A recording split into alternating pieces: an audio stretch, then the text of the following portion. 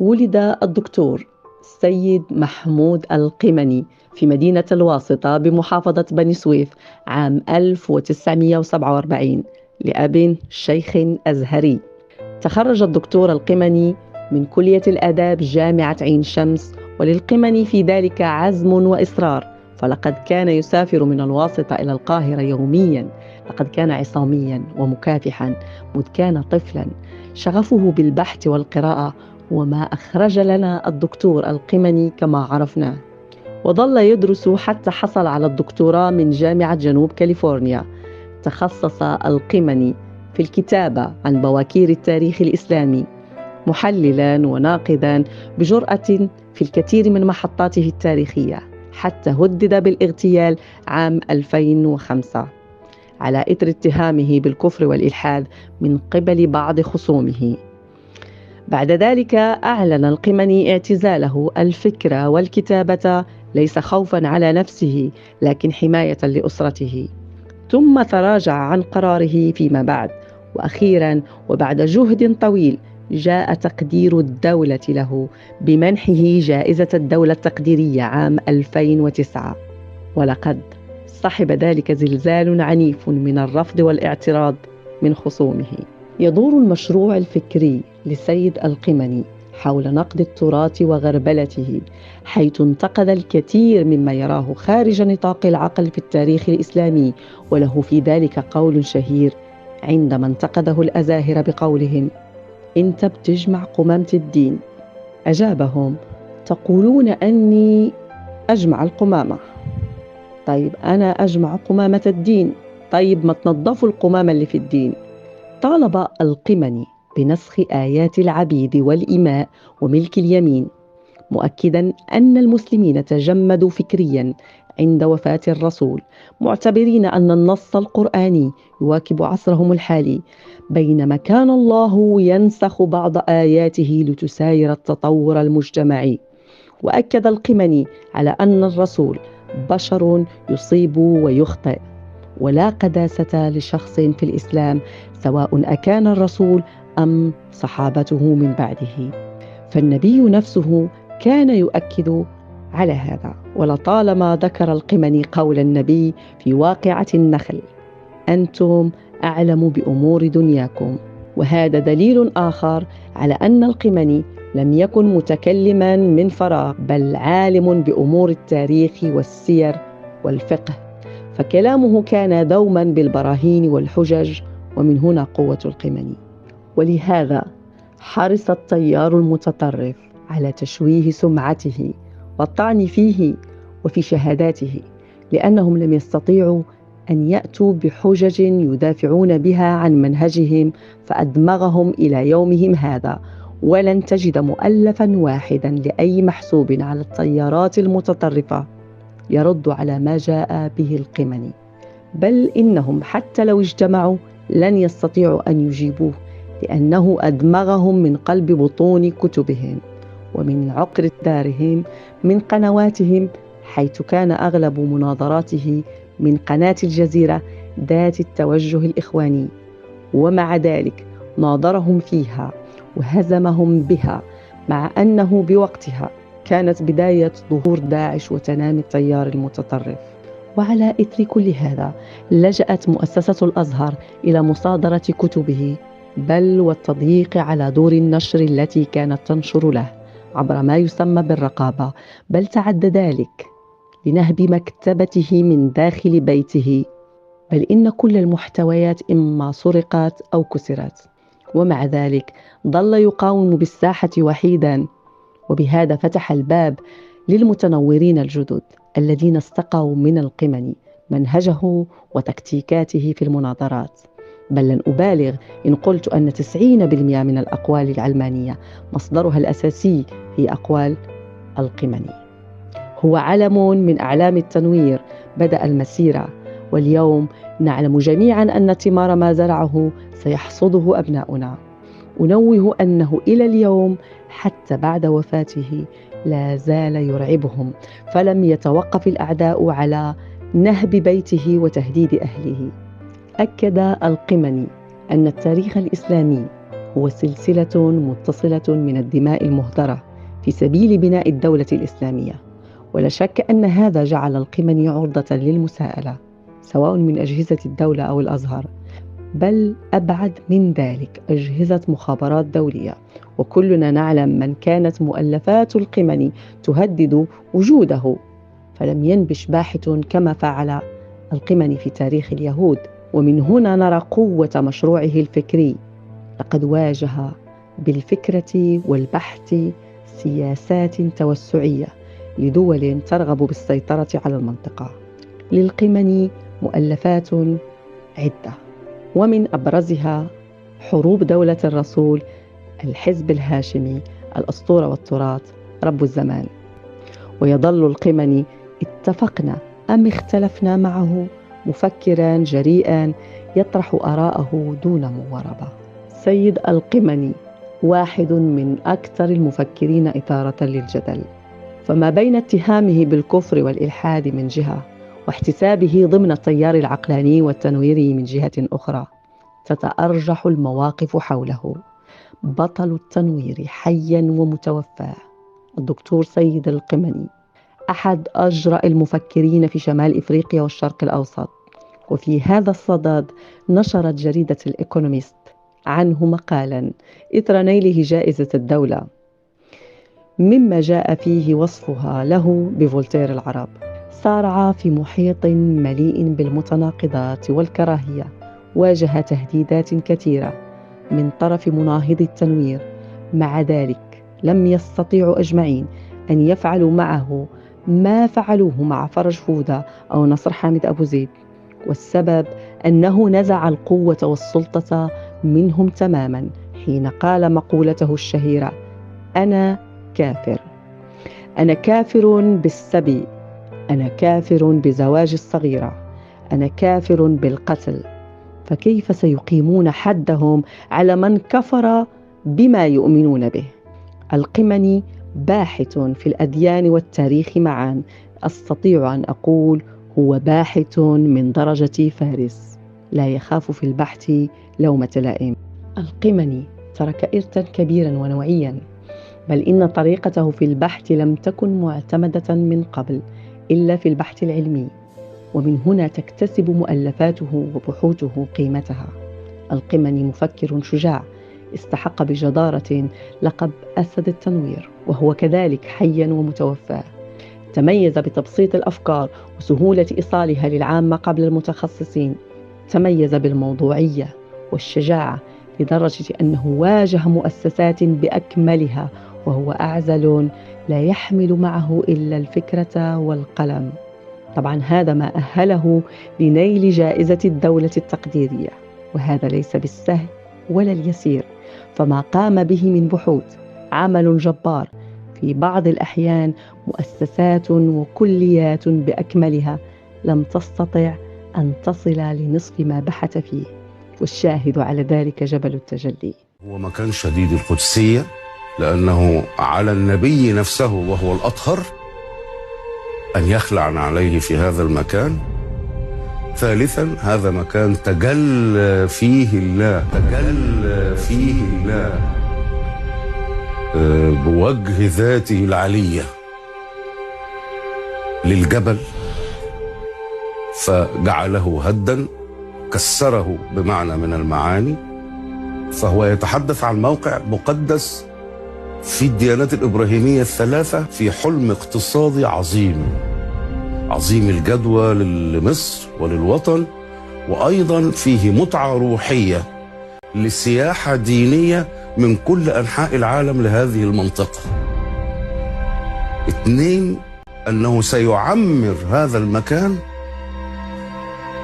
إضافة إلى أنه سيحدث نوعا من السلامية والمحبة ما بين أتباع الأديان المختلفة الذين كلهم يؤمنون بقدسية هذا المكان وهذا الموضع، ويحنون ويتشوقون إلى زيارته في رحلة حج كالتي كانت تتم منذ زمن أغسطين الروماني الذي وضع المسيحية كديانة الرسمية، وحتى الفتح العربي كان يتم الحج بدءا من الموضع المفترض لمدينة الاضطهاد التي قيل أنه اضطهد فيها اليهود في مصر في البناء والمعمار، وحتى الوصول إلى الموقع الأقدس في سيناء، والذي يمكن تسميته موقع التجلي الأعظم.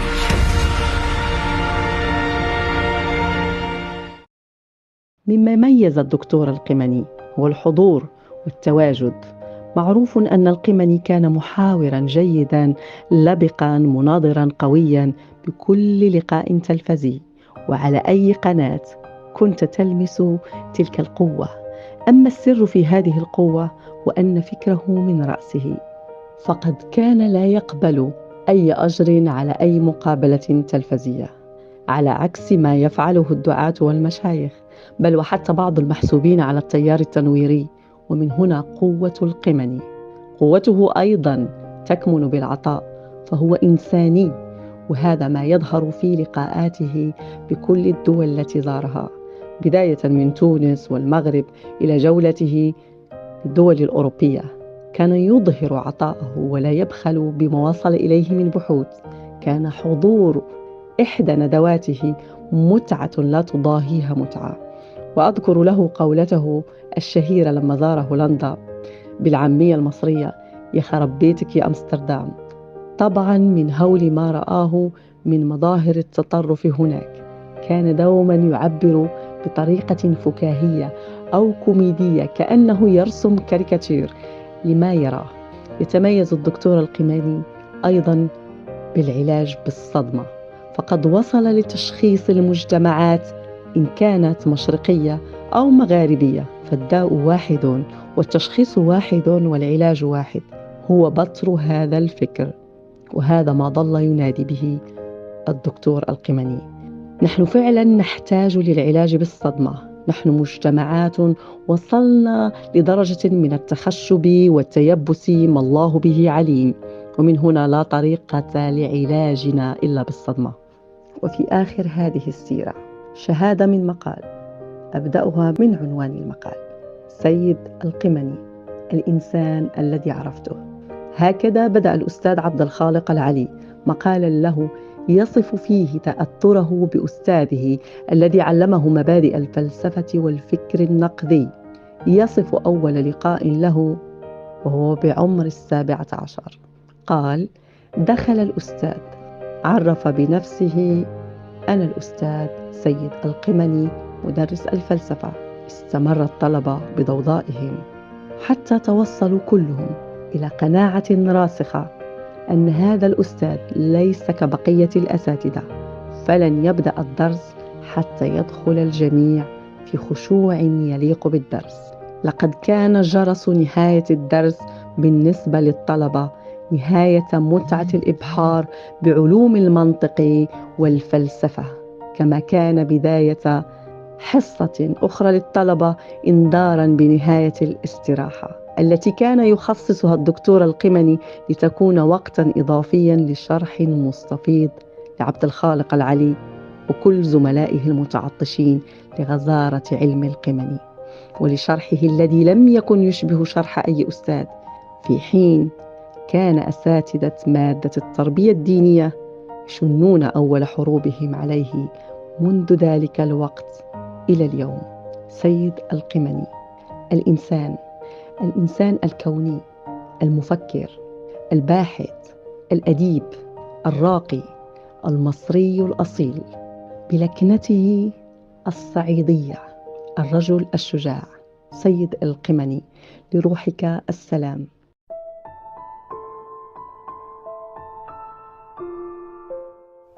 في الذكرى الأولى للدكتور العظيم سيد القمني، هذا الرجل الذي اختلف عليه الكثيرون ما بين مؤيد ومعارض، أقول إنه يستحق لقب الأسد العادل الرحيم، وأيضا يستحق لقب المعلم الصالح الذي كتب وفسر وحاور وجادل وناظر جميع الظلاميين بلا خوف. نشكرك لأنك أنرت لنا الطريق. سيد القمني حتما في الجنة، وبكل بساطة. لماذا؟ لأنه لم يقتل أحدا، ولم يسبي أحدا، ولم يأخذ الخمس، وكان رحيما عادلا يقف مع المهمشين. فإذا كان هناك إله عادل فحتما سيكون معه القمني، فهو مع المفكرين العظماء وليس مع الإرهابيين. ولا ننسى أن آراؤه الثورية هي عالية النبرة وهادفة في نفس الوقت، فهي القذيفة التي تدخل إلى العقل وتجعلك تفكر بكل دقة وتراجع حساباتك. نشكرك دكتور سيد القمني على إنارة الطريق. للدكتور العظيم سيد القمني أقول إنه لم يمت، لأنه خالد بأفكاره وكتبه وتراثه العظيم المتميز بالثورية الهادفة عالية النبرة. ولن ننسى عدله ورحمته، فهو أول من قال غزو عربي وليس فتح، وهو الأول في أشياء كثيرة. باختصار هو أفضل من كل الأنبياء، لأنه لم يفعل ما فعلوه، وأيضا كان شريفا في أفكاره وفي حياته الخاصة، ولم يأخذ مليما عن أي مقابلة تلفزيونية له، بعكس رجال الدين. سيد القمني هو المعلم الفيلسوف وأستاذ الأساتذة، وهو المعلم الصالح الذي كتب وفسر وتكلم ووقف مع المظلوم في حين تخاذل عنه الإله. شكرا لإنارة الطريق. أنا شهادتي في هذا الإنسان مجروحة جدا، في هذا المفكر. كيف عرفت الدكتور سيد القمني؟ عرفته طبعا كما عرفه الجميع من خلال مؤلفاته وكتبه ومقالاته، مناظراته، محاضراته. كما قلت في الأول، عاهدت نفسي مع فريق مسؤول عن موقعه الرسمي وصفحته الرسمية، الأستاذ سعيد بن البناء، هاني راغب، مصطفى محمود، ويزيد السيد القمني. عاهدنا أنفسنا على أن نبقى على العهد لننشر فكره الراقي المستنير. سيد القمني ظاهرة كونية لا تتكرر. إذا أردت تصنيف الدكتور سيد القمني طبعا سأصنفه ضمن الكبار، الخمسة الكبار. طبعا كثير من المفكرين، لكن سأصنفه مع خمسة اللي هم وهو على رأسهم طبعا فرج فودة، نصر حامد أبو زيد، خليل عبد الكريم، العشماوي. كلهم قيمة وقامة فكرية، لكن القمني حسب ما أراه يتميز عليهم أنه متحدث لبق في مناظراته، هو كاريزمي. القمني كان يخاطب بلغة مبسطة، كان يخاطب العامي والأكاديمي، كان يخاطب عقولنا جميعا، إن كنا باحثين أو متخصصين أو أناس عاديين. القمني أسس للبحث بطريقة علمية وأكاديمية، أيضا دفعنا للبحث حتى ولم نكن متخصصين. في ليلة قبل وفاته تحدثت أنا وإزيس مطولا، وكانت بداية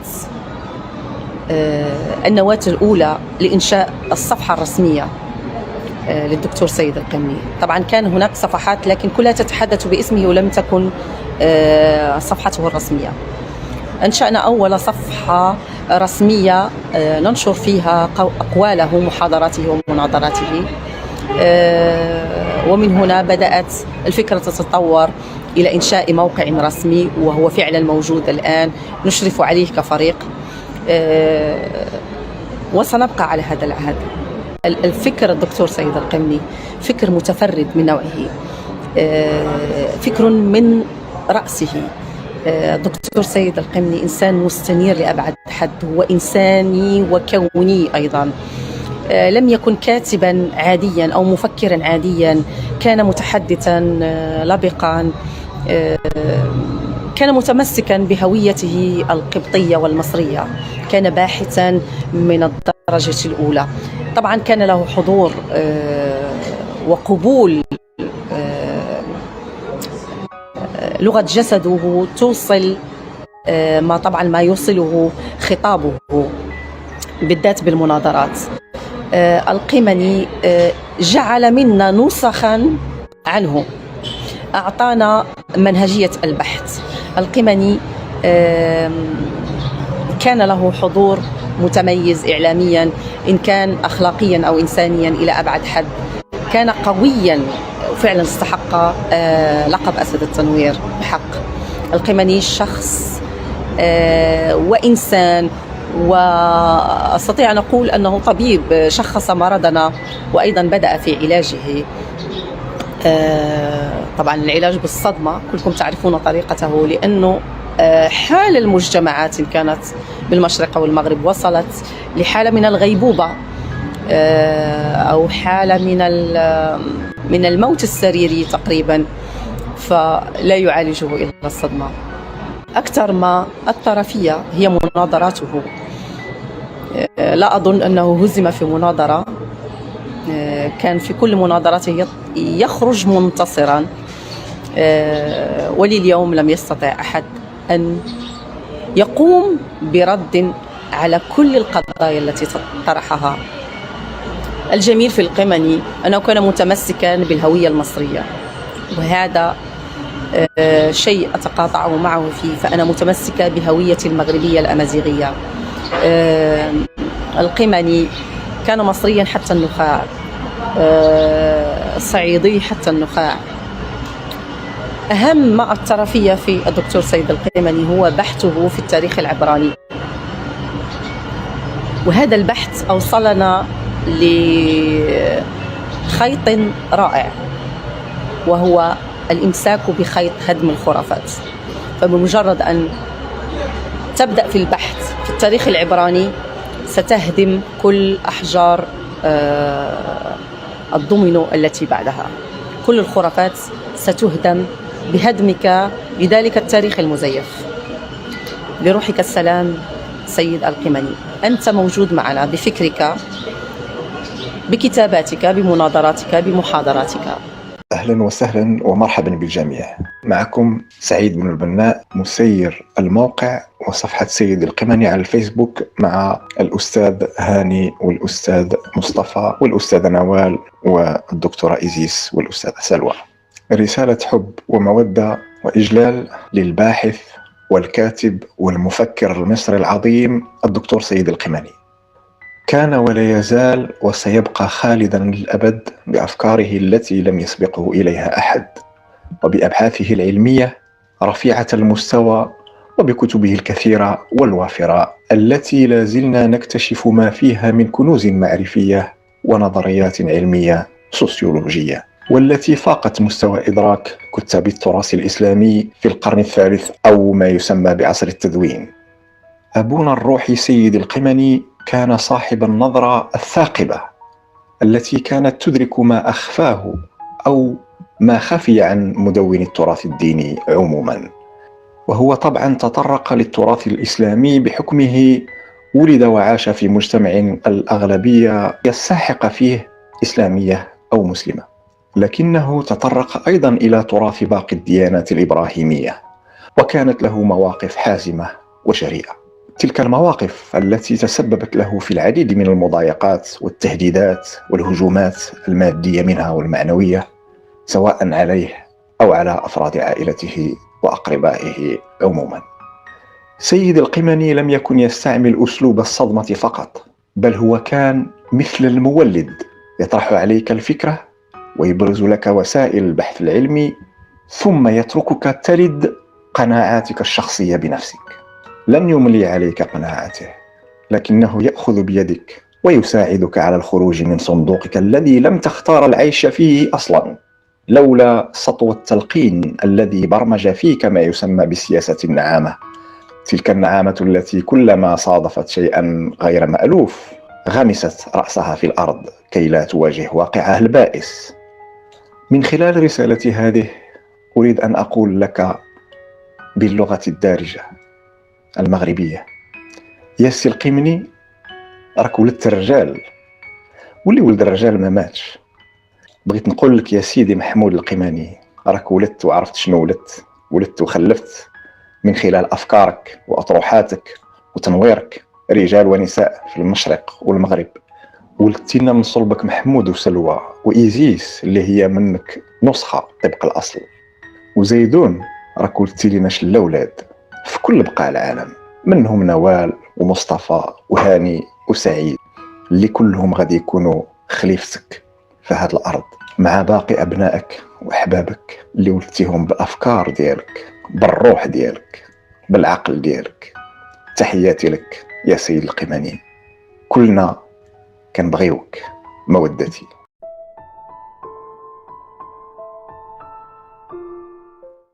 أن تلتقي وتحاور وتصادق الدكتور محمود سيد القمني تلك مزية يعطيها الزمان ولا تتوفر دائما وليست متاحة لكل الناس. هذا الشخص صاحب القلب الطفولي والعقل الكبير، صاحب التنوير. التقيته أولا في مقالاته وكتبه، ثم حاورته وجلست إليه عدة مرات، تحادثنا، تهاتفنا، حلمنا كثيرا، ضحكنا ملء القلب، تحدثنا عن خصوصيات العائلة، عن الفكر، عن العالم العربي، عن مصر، عن الثورة، عن الحرية، عن الأحلام، عن الاستبداد، عن التاريخ، عن إمكانيات هذه المنطقة الجميلة. وحتى وأنا أنجز رسالة الدكتوراه استلهمت الكثير من كتب سيد القمني، هذا الصديق الذي أؤبنه اليوم. أقف لأقول لكل محبيه أن سيد القمني هو محمود في سيرته وسيد في أفكاره، وإن مات ففكره طريق حر، إضاءات تنير لأجيال قادمة في عالمنا العربي. عماد دبور من بيروت.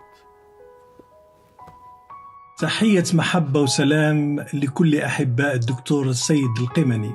هذا الرجل كان أحد أعمدة الفكر التنويري الذين ساهموا في رفع مستوى وعي العقل العربي، حاله حال مفكرين الدكاترة طه حسين، فرج فودة، هشام جعيط، محمد أركون، محمد عبد الجابري، واللائحة تزخر بمن حملوا نورا أطفأ به ظلمات الجهل والخرافة.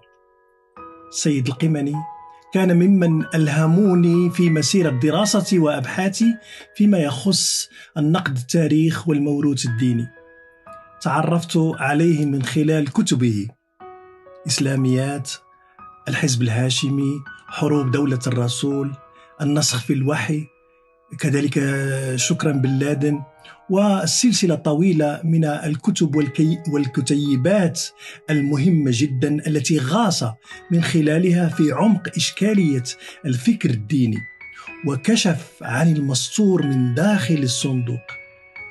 سيد القمني لم يمت، بل حي في عقول ووجدان كل من أحبوه وعشقوا كتاباته. لروحه السلام ولذكراه الخلود. جمعتني بالعظيم سيد القمني علاقة ذات بعدين: بعد شخصي هو الصداقة لأكثر من ربع قرن، وبعد علمي أكاديمي، وأقصد أنني قرأت كل ما كتب وأكرر كل ما كتب. وإذا أردت في دقائق أن ألخص العظيم سيد القمني فسأقول ما يلي: اختار مجالين لكي يقوم بعلمنتهما، ليس من العلمانية وإنما من العلم. اختلاط الدين بالتاريخ في كتاباته بوجه عام عن مصر القديمة، وبالذات تحفته العلمية والأدبية عن النبي موسى. اسم الكتاب على ما أظن النبي موسى وآخر أيام تل العمرنة أو العمرنة. ثم في الكتابات الإسلامية العديدة ماذا فعل؟ فعل أنه أحضر أدوات البحث العلمي للمجالين. أحضر أدوات البحث العلمي المستقرة في الغرب منذ أوغست كونت في القرن ال19، حيث أصبحنا نعرف الفارق بين الكتابة العلمية والكتابة غير العلمية. أحضر هذا المنهج إلى مجالين في غاية الأهمية، وأعتقد وقد يصدم البعض مما سأقول أن كتاب سيغموند فرويد عن موسى والتوحيد Moses and Monotheism هو أقل قيمة بكثير من كتاب سيد القمني عن نفس الشخص. باختصار، سيد القمني علمنا من علم وليس من علمنا مجالين كان يعربد فيهما اسلوب الهوس الديني والهوس التاريخي. هو اخضع مجالين في غاية الأهمية بالنسبة للمصريين لقواعد البحث العلمي. هذا يحسب له، ولولا هذا ما كان خصومه قد فعلوا ما فعلوا. من هم خصوم سيد القمني؟ هم كل من يزعجهم إدخال أدوات البحث العلمي في هذين المجالين، وبالذات مجال الدراسات الإسلامية. أزعجهم إزعاجا لا حد له. وإذا قرأنا ما كتبه عدد من الإسلاميين عنه لعرفنا قدر هذا الإزعاج. عندما حصل على جائزة الدولة أصابهم صرع. لماذا؟ لأن بعض الذين لم يقرأوا له سوف يفعلون ذلك، وكل من سيقرأ لسيد القمني سواء في عالم الإسلاميات أو في عالم المصريات، وبالذات في عالم الإسلاميات، سوف يتمرد على أسلوبهم الذي لا علاقة له بالبحث العلمي. خليني أعطي مثال. المسلم أو اليهودي أو المسيحي الذي يؤمن بطوفان نوح يؤمن به إيمانا قائم على تقديس النص، وهذا من حقه. ولكن لو جاء لنا وأراد أن ندرس طوفان نوح في كلية العلوم أو في أي كلية أخرى فسنقول له لا. لماذا؟ لأنه لا يوجد أي دليل علمي على ذلك. نحن لا ننفي حقك في أن تؤمن بطوفان نوح، ولكنه إيمان قائم على أسس غير التي يستند عليها البحث العلمي. أنت تؤمن بطوفان نوح وبقصص أخرى كثيرة مشابهة لأنك تقدس النص الذي أورد تلك القصة، ونحن نقول لك أولا هذا من حقك، ثانيا نحن نحترم هذا الحق، ولكن مكان هذا الحق هو صدرك وبيتك ونفسك، وليس كلية العلوم أو أي أحد من المعاهد. لا نستطيع أن ندرس طوفان نوح في كلية العلوم، لا نستطيع. لماذا؟ لأن الحقائق العلمية هي التي تثبت إما بنص أو بما يشبه الحفرية، ولا يوجد ما يثبت طوفان نوح عن طريق هذه الأدوات من أدوات الإثبات. إذا أردت أن تؤمن فنحن نحترم ذلك ونقدر ذلك، ولكن نطلب منك أن تبقي ذلك الإيمان في حدود أنه شأن شخصي. ثم نقول لك: إذا أسسنا العلم على أسس دينية، فعلى أي أسس دينية؟ اليهودية التي لا تعترف بالمسيحية ولا تعترف بالإسلام، أم المسيحية التي تعترف باليهودية ولكنها لا تعترف بالإسلام؟ الأسس الدينية مشخصنة، personalized، subjective بطبيعتها، ومن حق الناس أن يؤمنوا بها على أن تبقى مشخصنة. لا تقول لي أن هذا ما حدث بين فرعون وموسى بناء على نص ديني، وإنما بناء على نصوص علمية. الذي تؤسسه على نص ديني من حقك، ولكن كشأن شخصي.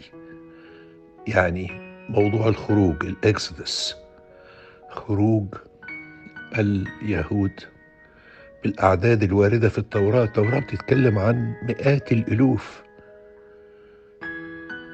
وتقول بعد ما تذكر 600,000 غير النساء. يعني شوفوا طبيعة النص، مجرد أن يقال 600,000 غير النساء عرفنا ثقافة المتحدث. أنت من حقك كيهودي أن تؤمن أن الخروج كان 600,000 غير النساء، ولكننا في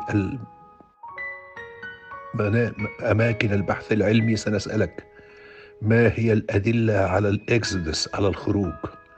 نريد أن نرى أدلة، وثائق، لأن خروج 1,000,000 مصري في سنة 1300 قبل الميلاد لا يمكن أن يمر دون توثيق. فإذا كان عندك توثيق فأرنا ودعنا نناقش هذا التوثيق.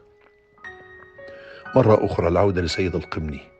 هذا ليس بالشيء اليسير أن تدخل وتفرض قواعد البحث العلمي في مجالين كان الناس يصولون ويجولون فيهما بناء على أوهام في كثير من الأحيان. سيد القمني من أعظم العقليات التي عرفتها مصر. بوجه عام وخلال حياته، ولكي تعرف قيمته انظر لأعدائه من هم وماذا فعلوا وكيف ولولوا يوم منحه جائزة الدولة.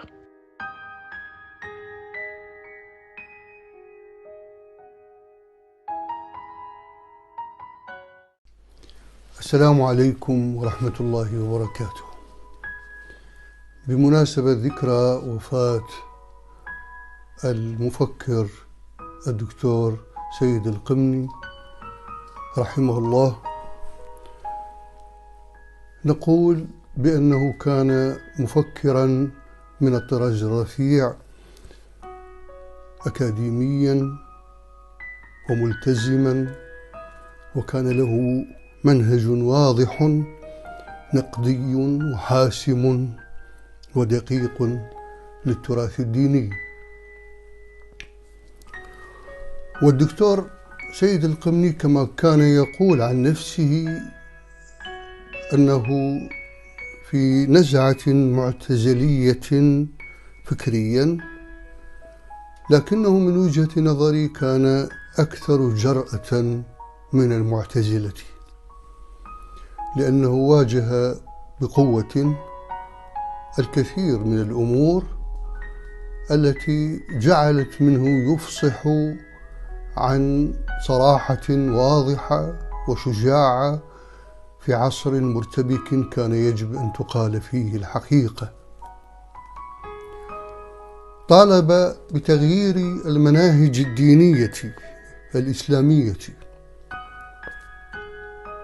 وكان أصحاب هذه المناهج في بلدانهم يرفضون هذا الشيء، لكنها اليوم بدأت تتغير وأصبحت مناسبة إلى حد كبير بما كان يطالب به المفكر الدكتور القمني. فهذه نظرة استشرافية مهمة لعلها تتسع أكثر لتصبح طريقة صريحة وواضحة في التعامل مع شؤون العصر في هذا المجال. اتهموه بالإلحاد والكفر، ولكنه لم يكن ملحدا ولا كافرا، بل كان ناقدا للأديان ومحللا لها. ومن الطبيعي أن هذا النقد يوخز من يختلف معه، خصوصا من يتعصب ومن يرى الحقيقة المطلقة الواحدة في أفكاره. ولذلك نقول بأنه كان ناقدا ومحللا للأديان بشكل شجاع قل نظيره. فقد أكد على العامل السياسي في الدين، واعتبر أن أساس النشأة في الفكر الإسلامي والدين الإسلامي في بدايته المبكرة كان من ضمن أهم المرتكزات السياسية والاقتصادية أيضا، وهذا أغاظ الكثيرين طبعا. فصل الرموز الدينية عن الأحداث التاريخية والوقائع، واعتبرها نوعا من العظة والاعتبار. وكان هذا التفسير موجودا في تفاسير أسلافنا، لكنه وجه بالكثير من النقد. كانت صلابته ومواجهته هي التي جعلت من فكره وسيلة للتغيير والمراجعة. كان الدكتور القمني علامة مضيئة ومشرقة في تاريخنا الفكري والثقافي. نتمنى أن تتواصل هذه الطريقة الناقدة الصحيحة، والتي كانت مثار إنارة واسعة في عصره وفي عصرنا. وشكرا لكم. مساء الخير. آلاف الناس والقراء اتعرفوا على دكتور سيد القمني من خلال تراثه الفكري وكتبه وأفكاره، وناس أكتر من خلال لقاءاته التلفزيونية. لكن القليلين اللي كانوا سعداء الحظ اللي نالوا شرف الجلوس مع الأستاذ وجها لوجه. أنا كنت واحد من الناس دول اللي أسعدني الحظ بشرف لقاء الأستاذ بدون حواجز، وحقيقي أنا بشكر الظروف اللي أتاحت ليا فرصة لقاء دكتور سيد في منزله في عيد ميلاده ال60. حتى المرات القليلة اللي التقيت فيها بدكتور سيد القمني من خلال ندواته، زي ندوة منتدى الشرق الأوسط للحريات في 30 مارس 2013 في العام التعيس لحكم الإخوان المسلمين، وبالرغم من عمق الكلمة اللي ألقاها الأستاذ وتأثيرها، لكنها ما كانتش بنفس المتعة ولا الثراء ولا العمق زي ما كنت قاعد في حضرة الأستاذ شخصيا. دكتور سيد القمني علامة في التاريخ الإنساني، بمرور الوقت أفكاره وكتبه وتراثه هتنتشر أكتر وأكتر. سلاما لروحك يا دكتور، أنا واثق دلوقتي إنك في مكان أحسن. بشوي القمص. أنا أول مرة كنت أتعرف على كتابات أستاذنا الدكتور سيد القمني كان في أوائل التسعينات من القرن اللي فات. كنت بشتغل في جورنال اسمه مصر الفتاة وأنا شاب صغير يعني، وكان أستاذنا بيكتب في الصفحة الثانية بانتظام في الجورنال. وعلى فكرة كان الجورنال دوت بيرأس تحريره الأستاذ مصطفى بكري، ودي حاجة غريبة جدا إن هو يتحمس لنشر كتابات أستاذنا سيد القمني يعني. وانا هنا مش يعني في الفيديو ده يعني مش هتكلم عن الجانب الفرق المعرفي واللي اضافه استاذنا الكبير واللي عمل نقله كبيره قوي في التعامل مع التراث الاسلامي، لكن انا بتكلم على تاثيره الشخصي عليا.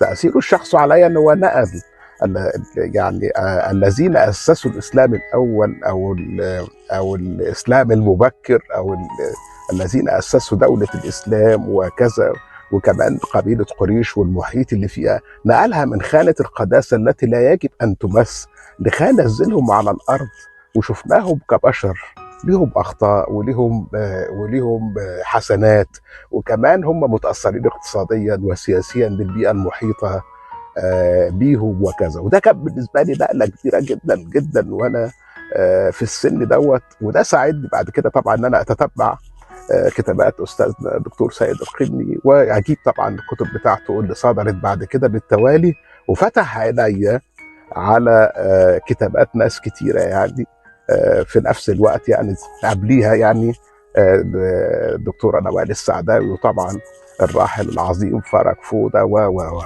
فالإنجاز الأهم بالنسبة لي كمسلم فرد أن أستاذنا نقل هؤلاء من خانة القداسة المطلقة التي لا تمس لخانة إن هم بشر، أقدر أقبل منهم حاجات وأرفض حاجات فدي النقلة الكبيرة الشخصية اللي عملها أستاذنا الكبير في حياتي، واللي هفضل طبعا ممتن ليه إلى ما شاء الله. شكرا جزيلا، شكرا جزيلا. رأيي في الدكتور سيد القمني أنه يعتبر أهم وأبرز تنويري في القرن 20 وال21 على المستوى المصري والعربي والإسلامي، لأن هذا الرجل له مؤلفات كثيرة جدا تنم عن عبقرية، وهو كان يتكلم ويسرد المعنى الذي يريد أن يقوله ما بين السطور، فلم يستطيعوا أن يأخذوا عليه أي شيء ضده كازدراء دين أو ما شابه، ولكنه كان يريد أن يوصل الرسالة، حيث أنه قام بتعرية عوراتهم وتدليسهم وتجارتهم الرخيصة بالدين، وأظهرهم كما لا يحبون أن يروا أنفسهم، فاستشاصوا منه غضبا وحاولوا أن يلفقوا ضده التهم ازدراء الدين وما إلى ذلك، ولكنه لم يكترث لهم، وظل واقفا يناضل وحده ضدهم، ضد الأزهر وكهنوته، ضد الكنيسة ورجال الدين وكهنوتها. وقد نور الكثيرين بفيديوهاته وبكتبه وبآرائه وحلقاته التلفزيونية التي ستظل موجودة لمن يريد أن يعرف الحقيقة. فشكرا لروح هذا الفقيد الذي أبدع وسيكتب من الخالدين في التاريخ، وهم خفافيش الظلام سينتهون إلى مزابل التاريخ. فتحية لروحه الكريمة، ألف تحية له وشكرا لما قدمه. تحية إليكم، وسعيد أن أدلي بدلوي في سيد القمني، هذا الرجل العظيم الذي شكل شوكة في حلق الظلام، ذلك الرجل الذي تميز بقراءته التاريخية العميقة وبقدرته الفريدة على تفكيك كل البنيات الظلامية لإخراج من ركام الأباطيل كومة قليلة من شذرات الحقيقة.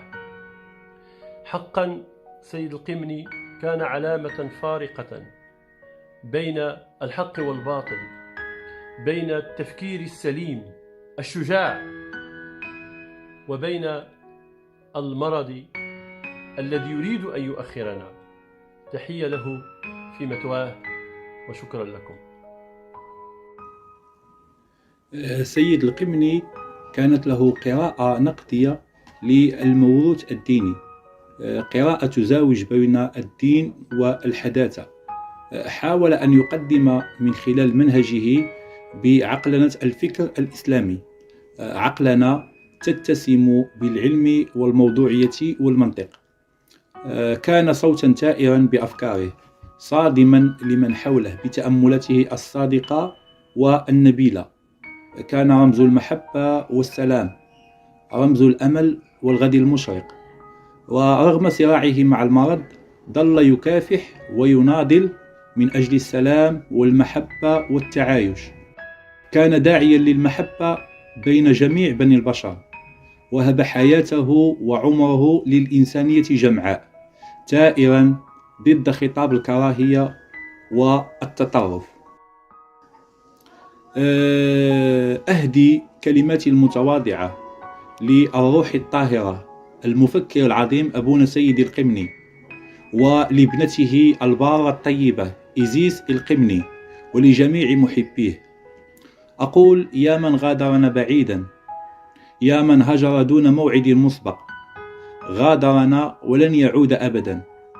اشتاقت الأعين لرؤيتكم والأذن لأصواتكم، وحتى لو أخذتك الموت بعيدا وكان بيننا وبينك فراق بحجم السماء والأرض، ستبقى حاضرا في قلوبنا، حاضرا في ذاكرتنا. يا راحلين قد اشتقنا لكم، وما لنا حيلة في الوصل والنظر. هي حقا مؤلمة تلك الدمعة التي تسقط منك وأنت صامت، تسقط من شدة الأسى والاحتياج. وما أصعب الاحتياج حين يجتاحك وأنت في حنين لمن رحل. أقول لأبونا العظيم سيد القمني: نحبك بكل لغات العالم، أنت لم تمت، ستبقى حاضرا شامخا بيننا. اسعد أيها العظيم وارقد بسلام، فلك أبناء محبين سيسترخصون الغالي والنفيس فداء لأفكارك الراقية. تحياتي. بداية معرفتي بالدكتور سيد القمني أيام ما كنت سلفي، وكنت أكرهه كثيرا بحكم أن أنا سلفي، ولما تحولت للإلحاد أحببت هذا الرجل كثيرا، ليس فقط من أجل كتبه الرائعة النافعة مثل كتاب الحزب الهاشمي الرائع والنبي موسى وتل العمرنة، ولكن لشجاعته الفريدة والنادرة وتصديه لتيارات الإسلام السياسي والتيارات الإسلامية في مصر وفي الدول الناطقة باللغة العربية. وكان من الأسباب إن أنا ابتديت أعمل فيديوهات على الإنترنت وعلى يوتيوب ويبقى ليا قناة.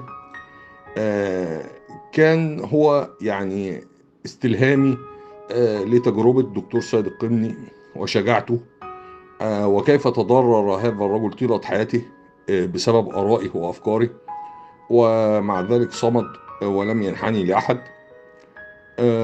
فكان ثالث فيديو لي على القناة كان في تأبين دكتور سيد القمني العام الماضي، عندما يعني ذهب وترك عالمنا البائس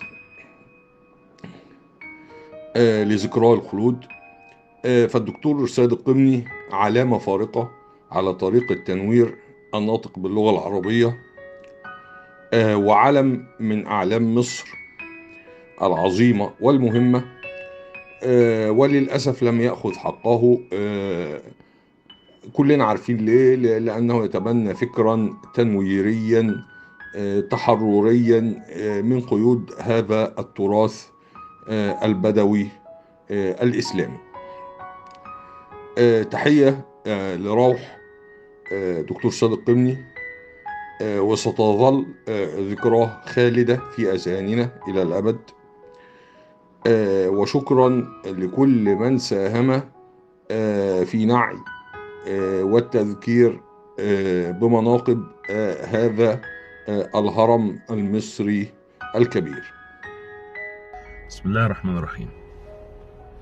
في ذكرى المرحوم الله يرحمه ويحسن إليه سيد القمني، من أجمل الحاجات اللي كانت فيه غير علمه الغزير ودراساته الوافية وطريقته المميزة في التعبير عن اللي عايز يقوله، السخرية دي اللي أنا يمكن اتعلمتها منه، إن أكتر حاجة بتوجع الفصيل المتطرف هي السخرية من أفكاره، من معتقداته، من طريقة تصرفاته.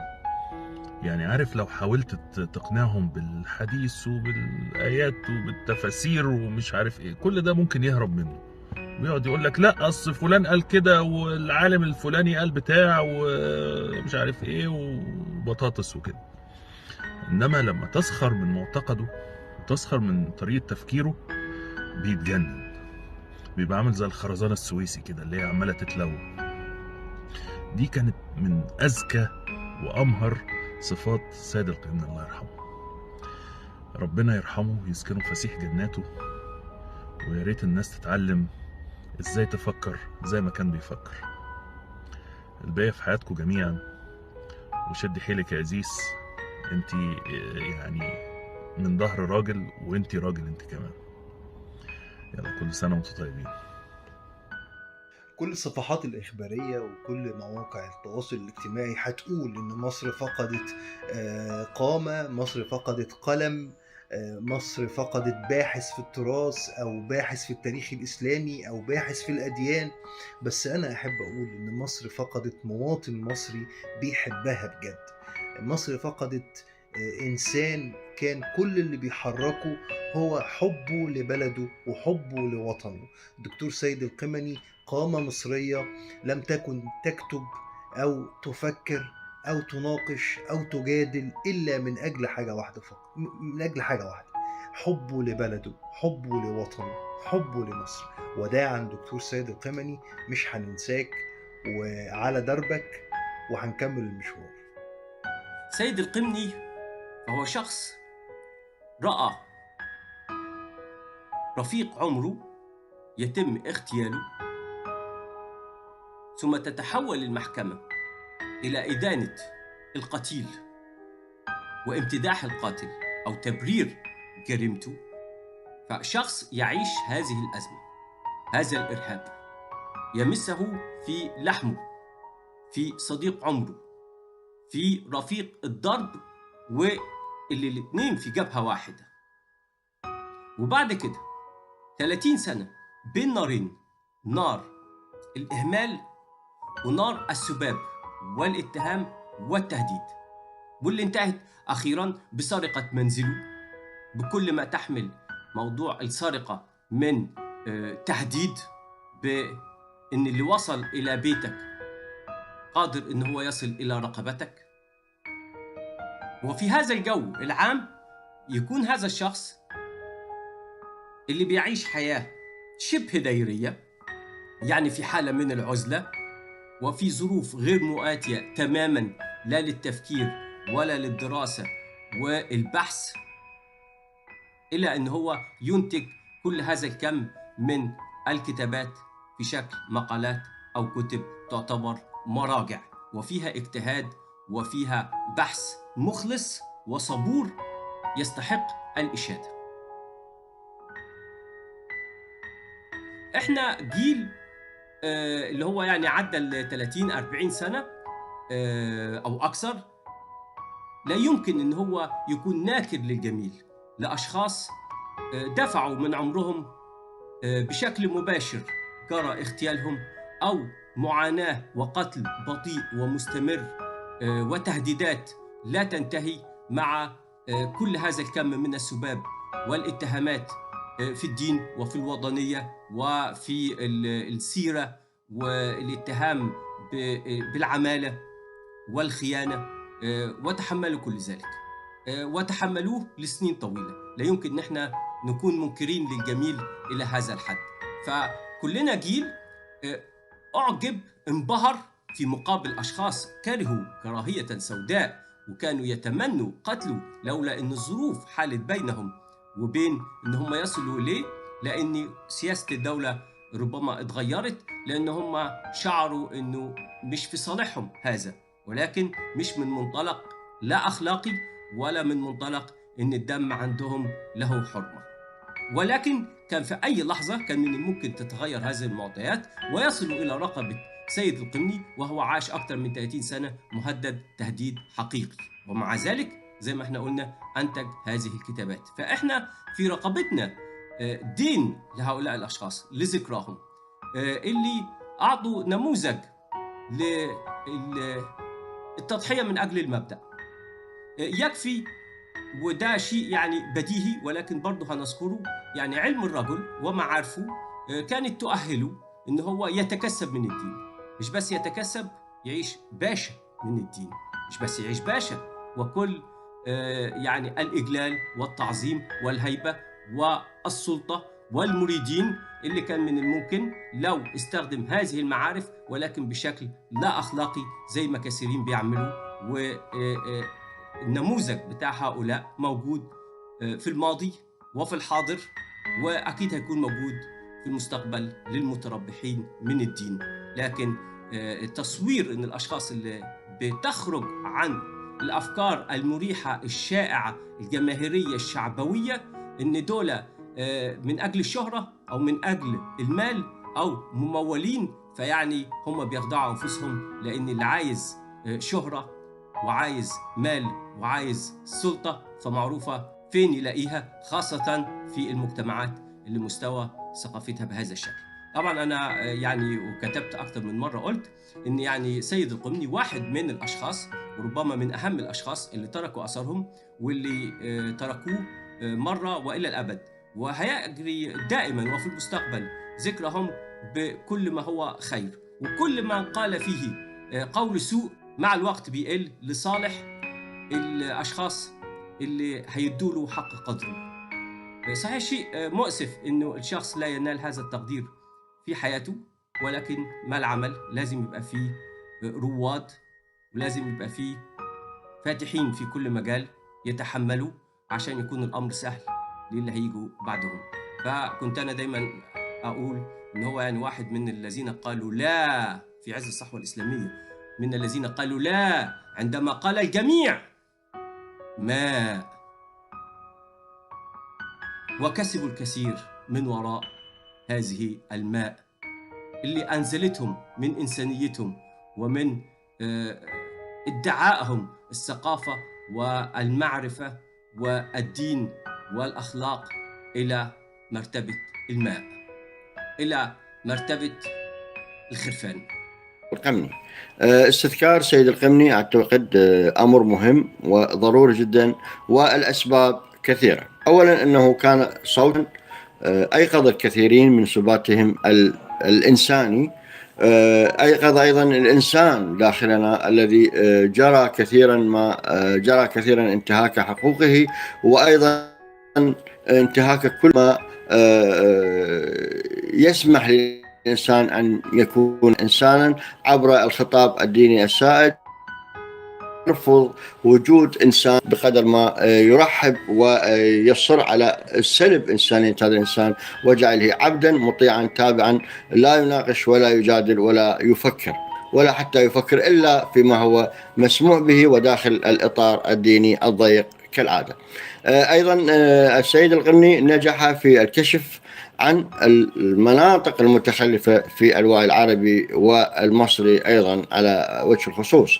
هذه المناطق التي جرى ردمها ورفض أي محاولة للكشف عنها وكشف حقائق كانت مغيبة عن الجميع رغم أنها موجودة في بطون الكتب، لكن القمني ذهب وجلب هذه الأشياء وكشفها للجميع وقال بأنما يتم تلقينه للجميع أمر مختلف كثيرا عما نعرفه عن حقائق هذا التراث وأحداثه وتفاصيله.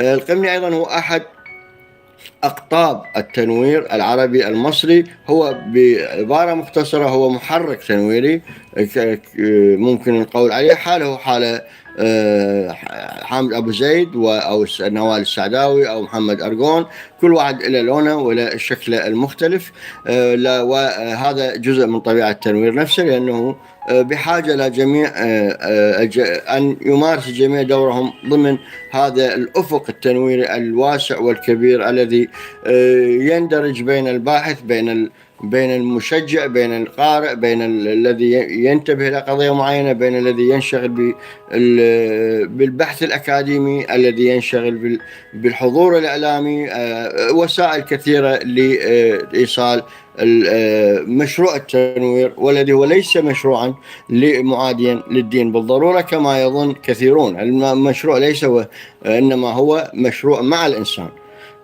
فليكن مع الدين موجودا لا بأس، لا توجد أي إشكالات، وهذا اللي أدعو له أن ينتبه إليه كثيرون. المسألة ليست مسألة عداء بل الديني يبحث عن العداء لكي يكون الخطاب الذين يتبنون الخطاب الديني والذين يهمنون على حياة الناس هم الذين يريدون أن يحولوها إلى معركة وتحدي وصراع بين أعداء. لا، المسألة أكبر من هذا. التنوير أكبر من أن يكون مجرد مشروع حول التنوير وحول الدين فقط، إنما هو مشروع حول الإنسان، استعادة الإنسان التي جرت بطرق كثيرة، عمليات قمعه وسلب حقوقه وكرامته وجوهر الإنسانية التي توجد داخل الإنسان، وهي حريته في أن يقول ما يشاء. وهذا ما فعله بالتحديد السيد القمني، وهو درس كبير قدمه لنا جميعا بأن من حق كل إنسان أن يقول رأيه ويقول ما وجده، وهذا حق لا يمكن اغتصابه تحت أي شعار وأي لافتة، لا شعار إلهي ولا وجود مقدس. الدين ليس مقدسا، الدين هو وضع فقهاء، وضع مجموعة من العلماء. الدين النص المقدس لا بأس فليكن مقدسا، لكن هذا لا يعني أن تتحدث باسمه وتصبح بالتالي مقدسا. القداسة لا تنتقل لمن يتحدث عنها. القداسة ليست هي بالحث الكهربائي أو بالجاذبية، من يقترب منها يصبح مقدسا بالضرورة ويصعب مسه أو تناوله. الدين الشائع هو دين يجب أن نكتشف أو نكشف أوراقه ونتحدث عنه كما نتحدث عن أي موضوع آخر، لأنه ليس نازلا من السماء، لا هو ولا من وضعه ولا من نقله. فنحن لا نعرف حقيقة هذا الدين ولا نعرف مصداقية النقل الذي أتانا كما أوضح بشكل كبير السيد القمني. السؤال هو الآن: ما معنى الاحتفاء بالقمني؟ وما الذي نحتفي به فعلا؟ ومن يحتفي بالسيد القمني؟ أنا أقول بأن معنى الاحتفاء بالسيد القمني هو أن القمني واجه الأمور بشجاعة بشجاعة. هذه المواجهة مشروع مفتوح ومستمر، ولم يعد بالإمكان غلق هذا السقف الفكري والبحثي الذي فتح بابه على مصراعيه أمام الجميع، وقال أن الأسئلة التي طرحتها والشكوك والقضايا التي طرحتها لم يعد بالإمكان تجاهلها. وهذا ما حصل. هذه واحدة من أهم انتصارات أو إنجازات، حتى الآن نستخدم عبارات عدوانية.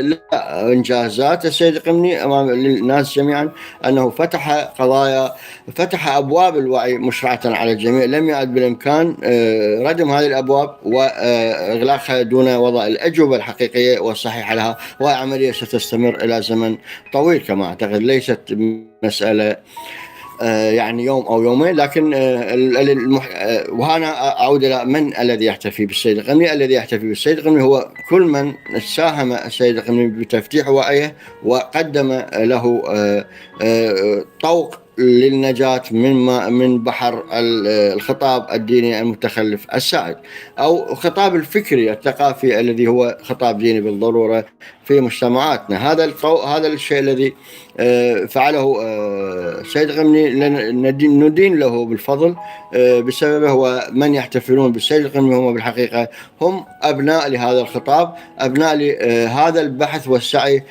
الذي حاول وجاهد ونجح السيد القمني، وبذل كل شيء في سبيل أن يقول كلمته ويقول أنا من حقي أن أقول رأيي. وهذا الحق جلبه من أنياب القتلة والمجرمين والمتعصبين والذين يدعون القداسة وأن كل ما يقولونه مقدس، ولا حق لأحد بأن ينطق بانتشافه كما تقول العرب. أقول رأيي أيضا بأن الاحتفاء يجب أن يكون برأيي هذا، أن الاحتفال يجب أن لا يتم بخلق الأعذار أو رد الاتهامات على السيد القمني. السيد القمني فليكن ملحدا يكن ما يشاء، هذا من حقه. ليس أمرا يأتي أحدهم ويقول أنه كان مع الدين وكان يدافع عن الدين. ولا الرجل كان ضد الدين الشائع ويقول هذا الدين الشائع لم يعد نافعا، وانتهى الموضوع. لا حاجة للدفاع عن هذا عن ما فعله القمني. وهذا بالعكس هذا نكوص ونوع من التغطية والترضية والتوفيق بين الأمرين. الدين الشائع دين مرفوض، والواقع يثبت أنه لم ينتج لنا إلا الخراب والدمار، وداعش وطالبان وحزب الله والإخوان وغيرهم والسلفية كلهم نماذج لفشل هذا الدين الشائع، نماذج معاصرة، بل لم نتحدث عن النماذج القديمة. بالتالي أتمنى أن أكون قدمت شيء لذكرى السيد القمني. أشكركم وأشكر متابعتكم. مع السلامة. هو إذن الكاتب والباحث والمفكر المختلف عليه، دائما منذ أن بدأ مشروعه الفكري الضخم يلجأ لأسلوب الصدمة. كتاباته منذ بداية الثمانينات وحتى آخر كتبه التي طبعت في عقد الإلفانيات وهو يثير غبار معارك حامية الوطيس. ليست فقط كتاباته هي التي تجلب له القدح والذم، بل والاتهامات التي تطارده بالتكفير، ولكن أيضا ظهوره الإعلامي الذي لا ينقطع في ندوات وأمسيات ومناظرات مع مريديه محبيه مخالفيه، وهم كثير جدا. هذه المعركة التي يخوضها بالقلم وبالكتاب وبالدراسة وبالخطاب وبالمناظرة وبالظهور الإعلامي، منذ جاء من صعيد مصر وبحث في أصل الوجود والعقائد وتاريخ الأديان ومسيرة الأنبياء، حتى حصل على جائزة الدولة المصرية عام 2009، والتي صارت أيضا هذه الجائزة ومنحها له أثارت عاصفة بين المحافظين والتقليديين، اللي الدولة المصرية كانت مناط اتهام لهم اتهامها بأنها يعني انتصرت للعلمانية وانتصرت لهذا المختلف عليه، وكأن الجائزة منحت مكافأة لما اختلف عليه ومعه وصادم به الناس. واحتار الناس في أمر دولة تطلق السلفيين في كل مكان يحاصرون بأفكارهم أفكار الناس، وفي نفس الوقت تمنح هذا الكاتب المفكر المختلف جائزة الدولة. عموما ليست هذه العاصفة الوحيدة التي أثرها، ولكن كتاباته مثل كتاب رب الزمان، حروب دولة الرسول، موسى وأيام تل العمرنة، انتكاسة المسلمين إلى الوثنية، العديد من كتبه تثير وأثارت ولا تزال تثير العديد من الجدالات والاختلافات والنقاشات والتساؤلات حول ماهية الرسالات وأثرها، ونقد الخطاب الديني، والبحث في ثنايا تاريخنا وعلاقة الأديان بالأساطير.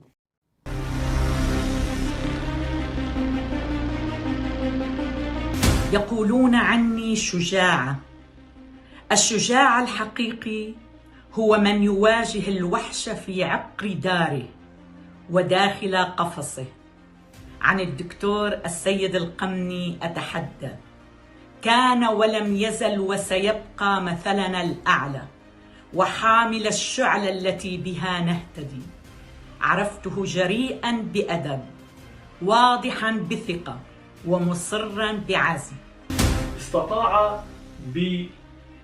بدقته في البحث وبسعة أفقه أن يتناول مجموعة من الأحداث التاريخية ويربطها ببعضها البعض، ويحاول قراءتها قراءة عقلانية متجردة عن أي انتماء أيديولوجي، ومتجردة عن التقديس المطلق الذي تعامل به الفقهاء مع التاريخ الإسلامي من خلال كتابه الحزب الهاشمي وتأسيس الدولة الإسلامية، ومن خلال كتابه الشهير الذي صدر في جزئين حروب دولة الرسول.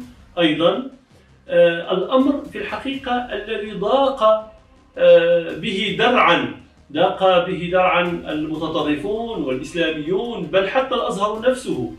فالأزهر عبر مجمع البحوث للأزهر قام بمصادرة كتابه رب هذا الزمان، وتم جره أيضا للتحقيق معه حول آرائه وكتبه من طرف أمن الدولة، لكن الرجل بقي صامدا في شرح فكره وفي النضال من أجل إيصال كلمته. لا ننسى أبدا أن الدكتور سيد القمني هو أول من انتقد الأزهر على القنوات الفضائية، أول من انتقد كتب الأزهر وما بها من تحريض على عنف وكراهية وإقصاء. لا ننسى أبدا أن الدكتور سيد القمني كان أول من طالب بعلمانية الدولة المصرية على القنوات الفضائية في عز ما يسمى بالصحوة الإسلامية. ولا ننسى أبدا أن صديق عمره فرج فودة قد تم اغتياله عن طريق الإرهابيين بمباركة من الأزهر، ومع ذلك لم يخف سيد القمني ولم يتراجع وظل مصمما على طلبه بعلمانية الدولة المصرية والمساواة بين الرجل والمرأة والمساواة بين المسيحي والمسلم. الدكتور سيد القمني علمنا كلنا من كل الخلفيات سواء إسلامية أو مسيحية أو لا دينية فكر النقد، فكر البحث العلمي. لم يرى التراث الديني الإسلامي رآها كمادة للمعرفة وليست مصدر لها. انتقد القاعدة المعرفية الفقهية البسيطة اللي هي العبرة بعموم اللفظ وليس بخصوصية السبب، وأنه لو تخلصنا من ذلك فقط لكان ذلك كفيلا بأننا نقدم نسخة أكثر إنسانية وتصالحا مع الزمن والحضارة.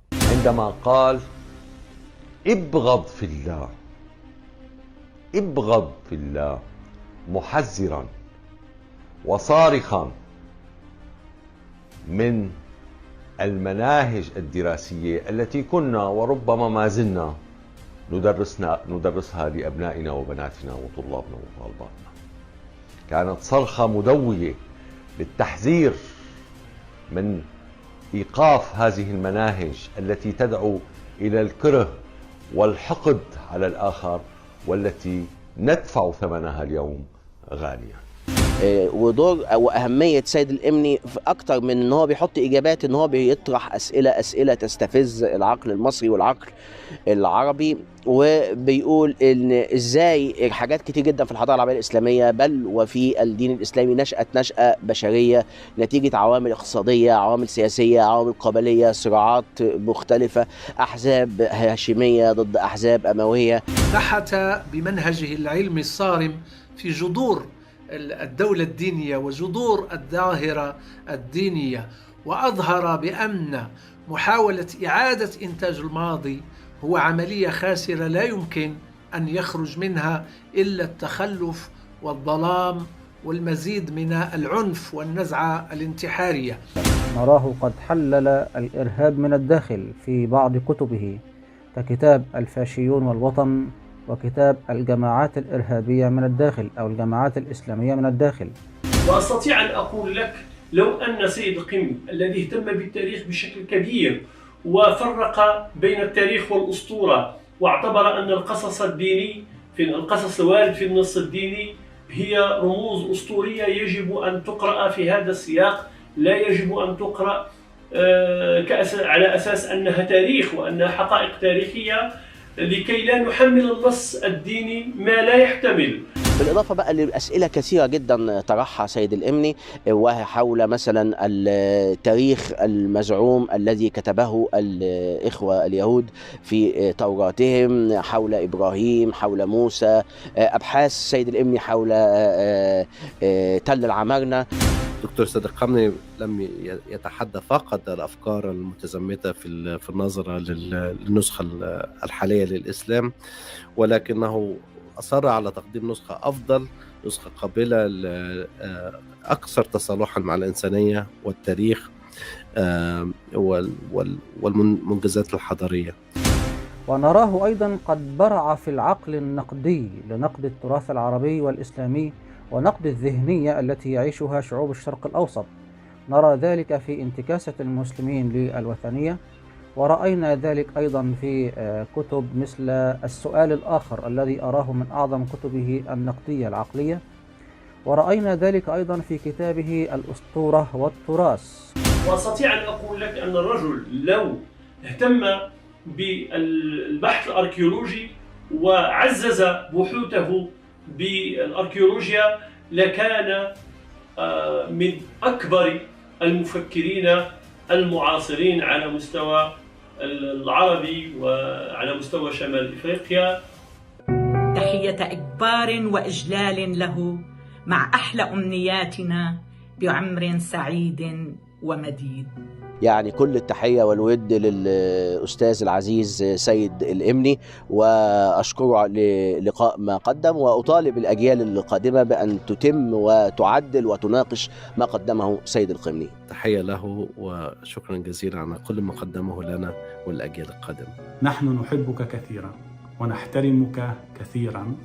أنت كبيرنا الذي علمنا السحر، أنت من فتحت لنا الباب. أتمنى أن يتم الاحتفاء بشخص سيد القمني، وأن يتم تكريمه لأكثر من مرة في أكثر من قطر، نظرا لما أسداه لكل هذه البلدان من عطاء لا يمكن أن يضيع أبدا. مرحبا بكم، معكم الرحماني عبد العالي، مستشار جمعية سامويل باتي للسلام. صراحة مهما قلت فإنني لن أوفي الراحل السيد القمني حقه. ربما لم ألتقي به شخصيا ولم أعرفه شخصيا، لكن عرفته عبر كتاباته وعبر أفكاره التي لن تموت. فإن كان الراحل قد رحل فأفكاره لن ترحل، وهي معنا دائما، وكلماته وكل ما قيل لن يموت. صراحة كلماته حول السلام وحول الفكر وحول المنطق لن ينساها أي أحد، ولها تأثير على كل من يحب السلام ويريد العيش في سلام ويريد أن يتعايش. لا أحب أن أعقد الأمور، لكن فكره حول السلام سيبقى خالدا إلى نهاية العالم. هذا كل ما أستطيع أن أقوله على السيد القمني، المفكر والمحب للسلام والمحب للمنطق والمحب للتعايش. تحياتي لكم. مساء سعيد على جميع الحضور، وفي المقدمة بالطبع أفراد أسرة فقيدنا جميعا، أستاذنا الأستاذ سيد القمني. كان لي منذ سنوات شرف استضافة أستاذنا القمني بصفتي رئيسا لحركة ضمير المغربية، وحيث استقبلتنا في مقرها جريدة الأحداث المغربية.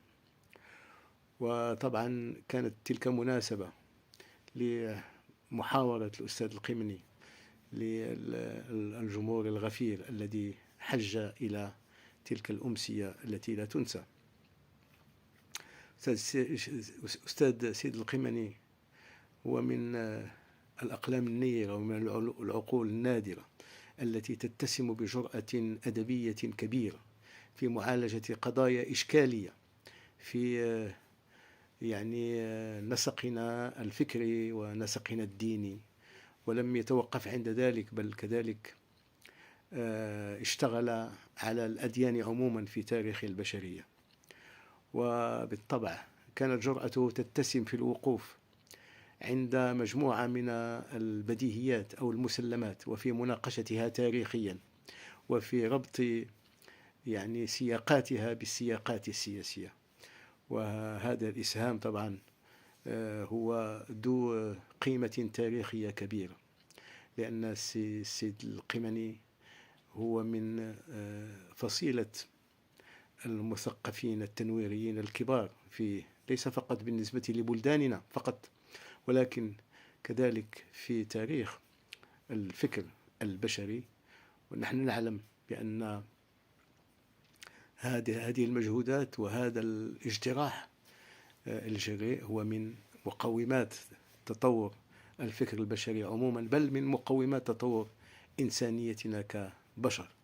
ولذلك فتحية له في هذه المناسبة، ومتمنياتي لكم بالنجاح في هذه الأمسية، أمسية الوفاء لروح سيد القمني. نديك السمح لم يخنق له وتر، ولم تغب عن حواشي ليله سمر. بنات وحيك في أرجائه زمرا، يهزها المترفان السهو والخفر. غنت وغنت فدنياك التي طويت منشورة يجتليها السمع والبصر. ترفعت عن رخيص العمر وانطلقت بما أراد لها من زهوه العمر. يا روح العظيم، الرجل الكبير، رجل العصر، القرن 20 والقرن 21، سيد محمود القمني، الرجل العظيم. كنت بحس انه جزء مني، انا جزء منه، وهو جزء من كثير من الشبيبة اللي حاملين الفكر. طبعا انا عجزت، لو رح ارثيه غير هيك كان يمكن ما عندي الا كلمات شاعر طيب ذكر احمد رامي برثاء سيدة الغناء أم كلثوم: ما كنت أحسب أني سأرثيها بعد الذي صغت في أحلى معانيها. سيد القمني ما زال قائم حتى بعد غيابه.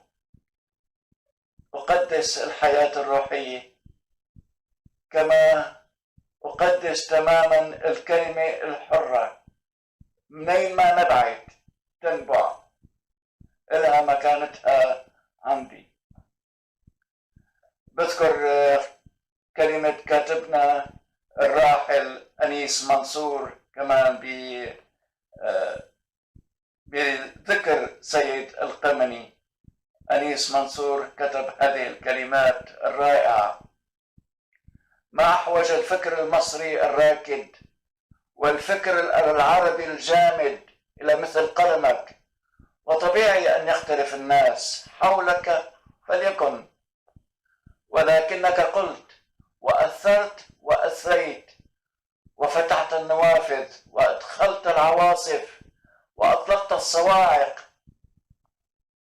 فعلا هذا اللي عمله أستاذنا سيد القمني، فتح النوافذ وأدخل العواصف اللي ما عم تهدأ أبدا، وإن شاء الله ما تهدأ لحتى يوصل وطننا العربي، وبتجرأ أقولها الإسلامي أيضا، إلى مصافي الشعوب بدل التراجع والعيش في عصور الانحطاط. ما بنسى أني اقتبست كمان كلمات الدكتور جابر عصفور في حياته، اقتبسته في حياته في برنامج عن سيد القمني، لكن الآن أعود لنفس الاقتباس الرائع. وجابر عصفور قد غادرنا في 31 من شهر كانون الأول اللي هو ديسمبر الماضي، يعني من 5 أسابيع من اليوم.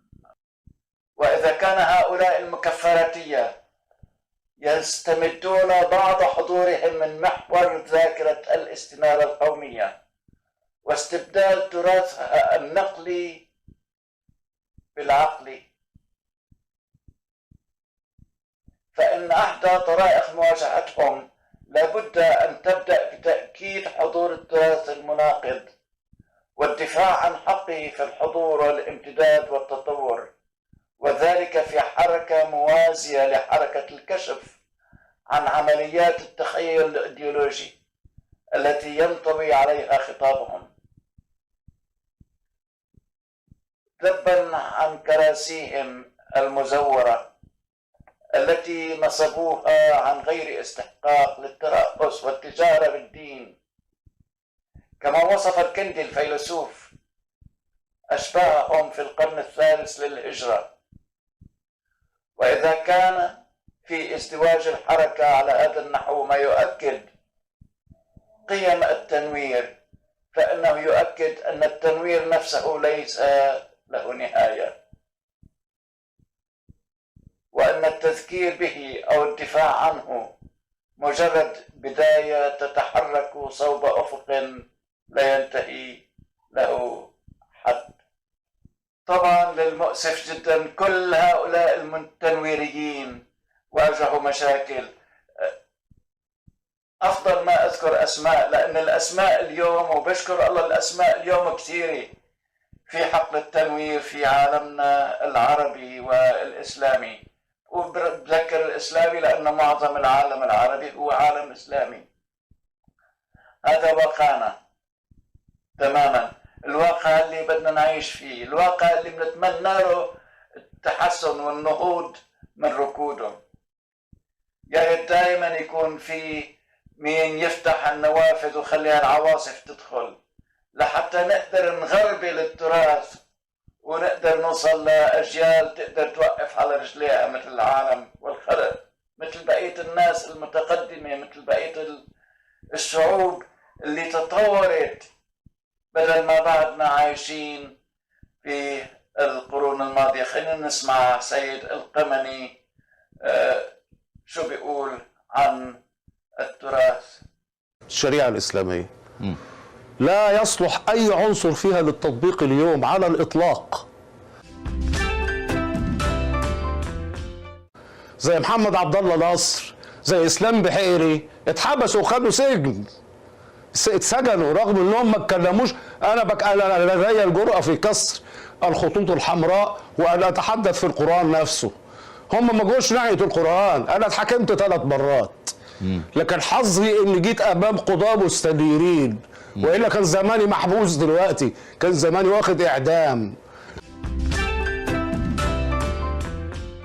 زمن الخليفة المأمون وبقرار سيادي من الخليفة المأمون تم فتح باب الحريات الفكرية في زمنه، وفتح الأبواب والنوافذ لمختلف الأفكار المتصارعة، مما أدى إلى ظهور كوكبة من العلماء الذين لم يتكرروا في تاريخ الإسلام حتى الآن.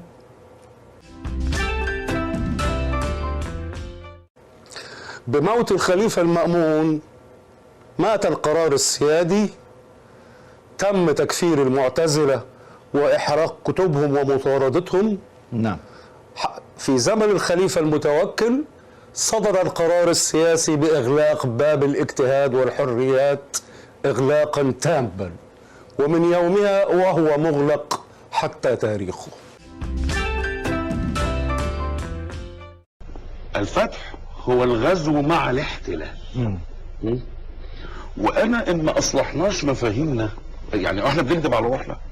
هو اللي حصل ايه؟ مش العرب جم من جزيره العرب فتحوا هذه البلاد واستقروا فيها.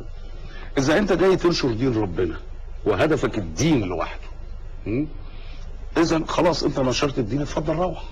قاعد معانا بتعمل ايه؟ كويس. انما قعدت يبقى احتلال، واحتلال استيطاني. ليس معنى هذا ان النهارده انا معترض على اللي حصل، ما اللي حصل. هو المساله اننا معترض على مفاهيمنا، علينا ان نكون صادقين مع انفسنا. احنا ليه بنكذب؟ بمعنى يعني تعالى النهارده انت جاي تفتح البلاد، مثلا مين اللي فتح مصر؟ عمرو بن، مين اللي فتح بلاد العراق خالد بن الوليد. لو انا جيت سالت عمرو بن العاص انت جاي تنشر الاسلام عندي، عظيم ماشي، تقول لي ايه هو الاسلام؟ ولا تقول لي الاسلام او الجزيه او الحرب؟ ده عمرو بن العاص، ده خالد بن الوليد، يا الاسلام. طب انا هسلم ايه؟ يعني ايه الدين اللي انت جايبه؟ ما هو كده الولاء والبراء، ان اوالي المسلم واعادي غير المسلم واتبرأ منه، ولا اشاركه افراحه ولا اتراحه، واذا صاحبته هبقى منهم فاكون منهم وابقى كافر زيهم. يا استاذ احنا النهارده بسبب ده احنا عندنا التكفير علني، تكفير الاخوه في الوطن من المسيحيين علني. عبد الله رشدي مندوب الازهر المتحدث باسمه بيكفرهم في التلفزيون علني عادي جدا دون ان يشعر باي خجل ولا حياء. اقصد بالتهميش هنا تهميش رجال الدين.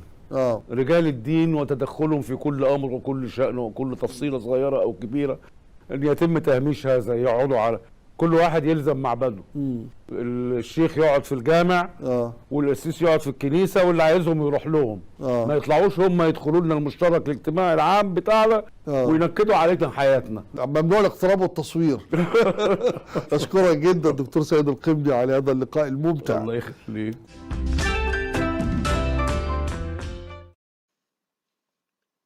هذه الكلمات الرائعة والضحكة الحلوة اللي تركنا فيها سيد القمني إلها وزنها. فشكرا للأستاذ إبراهيم عيسى في مختلف عليه على قناة الحرة.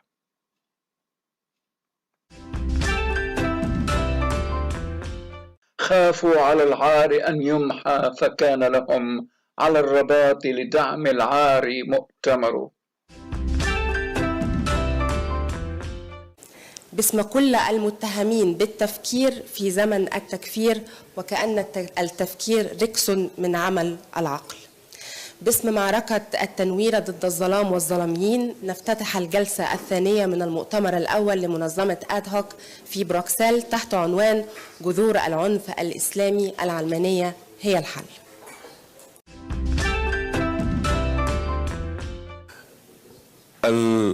العربي في هذا الزمان والمكان ينتمي إلى قبيلة هو ترس فيها يحميها وتحميه. أي شيء يتحرك قابل للأكل، أي شيء بيمشي بيتحرك يؤكل. الصراع على الخيرات الضنينة في البيئة جعل الصراع بين القبائل على هذا الخير القليل صراعا صفريا، أحدهما يعيش والآخر يموت، وعندما يموت الآخر يؤكل.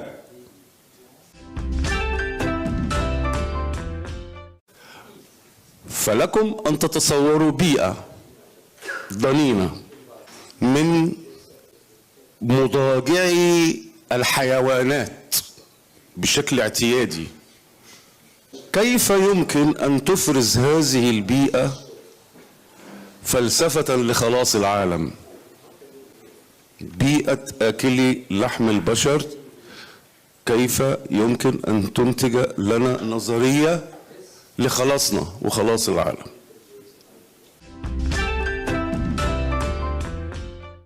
يتم تقديس سلف القبيلة ويصبح ربا لها باعتزاز شديد، الكل فداه والكل يجاهد من أجله، جد القبيلة، وأنه الذي يعرف مصالح القبيلة. وعلى القبيلة أن تكتشف سبيلا للتواصل مع هذا الجد البعيد. هم كلهم يعرفون أن هناك ربا في السماء. لو سألت أي قبيلة حتى في الدنيا لها أربابها الخاصة يقولون هناك إله كبير في السماء.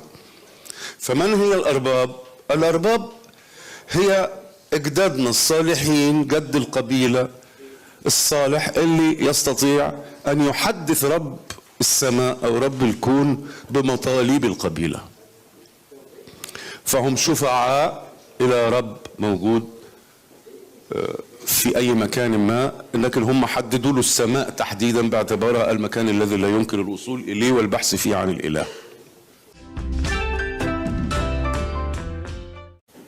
هنا استثمر الإسلام أو هو هكذا نشأ في هذه البيئة بذات الطريقة بذات المنهج.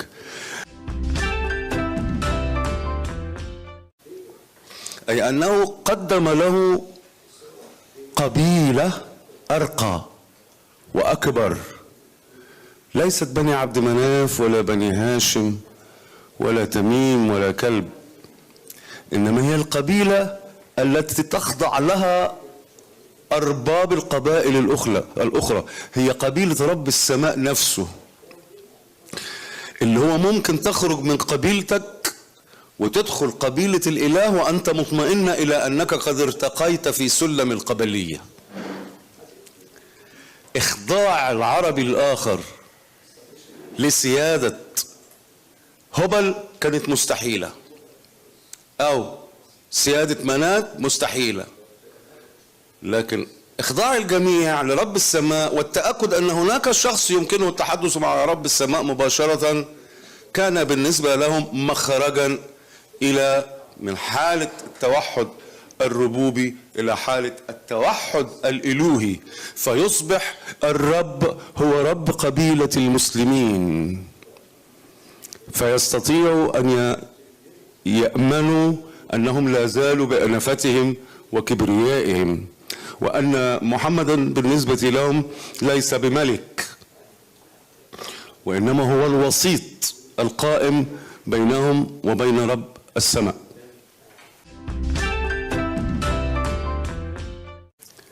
لو قارنتم شكل ومنظومة المجتمع الإسلامي والتجمع الكونفدرالي الذي أنشأه محمد من يثرب خلال 13 سنة الأخيرة في حياته، ستكتشف أنه لا علاقة له بمنظومات الدول على الإطلاق، ولا الحكومات ولا الأنظمة الرقابية ولا القضاء ولا السياسة ولا الرئاسة، فيش حاجة من ده خالص.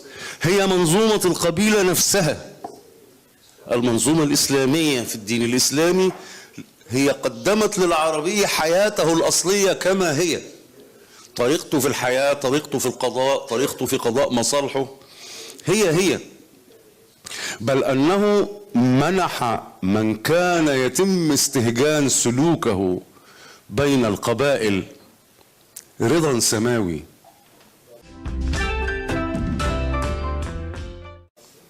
أي أنه حتى المارق على قواعد القبيلة منحه الإسلام فرصة أن يكون مقاتلا مرتزقا مقدسا، وليس باحثا عن نعمة، إنما هو هذه النعمة مكافأة له. أنت تؤمن بالله والله يعطيك ما بيد الآخرين. هذه حياة البدو من فجر تاريخهم. نعلم أنهم على حدود الدول الخصبة، سواء في بوادي الشام، سواء في بوادي الحجاز، سواء في البوادي السينائية، البدوي ينتظر طول العام جاره المزارع حتى يزرع ويبذر وينتج ويحصد، وتبدأ جحافل الأعراب تهبط على الحدود الدول الزارعة المنتجة المجتهدة لتسلبها خير السنة مع بعض النساء والأطفال إن أمكن ليتم استعبادهم بعد ذلك. يعني ليس هناك أكذب ولا أشر من يقتل الناس ويذبح الناس ويظلم المرأة ويهين الطفل ويعمل كل هذه الموبقات باسم الله. أنا هذا مدهش. نحن عالم فيما قبل، نحن لازلنا نقف في مرحلة الإنسان الواقف على قدمين. العالم في الخارج أصبح تطور إلى مراحل خلاص لا شيء إلا بالدليل العلمي واليقين العلمي. فلما يجي أنا مثلا، بس مش طبيعة الأديان إنها وجدانية، مشاعرك بتتحرك، قلبك بيتحرك، وبتصدق إن في جنة وإن في نار. هيقدر العلم إزاي يوريك شكل الجنة والنار يا دكتور؟ يعني في بعض التفاصيل. العلم هنا مش هيعمل كده. العلم بيقول لك جنتي ايه وناري ايه. ما عندوش العلم جنة ما ورائية عشان يوعدك بيها، ولا بيقول لك تعالى خد الجنة خليك راجل صالح وصلي وكده وتعالى اديلك الجنة. لا، بيقول لك عايز الجنة اشتغل زي اللي عملوها، يلا مد ايدك واشتغل واعمل جنة على الارض. انما جنة المؤمن داخل قلبه، جحيم المؤمن داخل قلبه، الشيطان داخلك ايضا. ولذلك يجري في ابن ادم مجرى الدم من العروق. اصل انا والله الشيطان ابن الكلب هو اللي عمل كده، اللي عمل فيا كده. يا عم انت شيطانك انت. هتلاقي المهندس شيطانه مهندس، والمحاسب شيطانه محاسب، يعرف يلعب في الشغل ويسرق في الفلوس ويعمل في البتاع. والنجار شيطانه نجار. فهذه الحالة الداخلية، شوفي يا أستاذة، أؤمن بما شئت واعتقد فيما شئت. اعبد الحجر لكن لا ترميني به. اعبد الصرصار لكن ما تطلعهوليش في المشترك العام والسخن الدائم. إلى روح العظيم الدكتور سيد الإمني، انت صوت الحق صارخ في المغارب، دول سحالي وانت صقر وليه مخالب، واحنا جيش من بعد سفرك قلب واحد، سيد الإمني ما ماتش، دي استراحة للمحارب. لما قالوا الحرب قامت كنت أول الصفوف، وإن كفوف العزم مالت كنت قوة في وسط خوف، واعتبرت الحرب حربك وخضت فيها بدون مقابل، واحنا هنكمل في ضربك حتى لو مزروع قنابل. يا ابن مصر، يا ابن مصر وقلب مصر حتة منك، مصر عارفة مين ولادها الطيبين، شايفة روحك شايلة بوحك، حافظة منك جيش ومرعب من ولادها المخلصين. يبقى صوتك ألف قارب من المشارق للمغارب، سيد الإمني ما ماتش، دي استراحة للمحارب.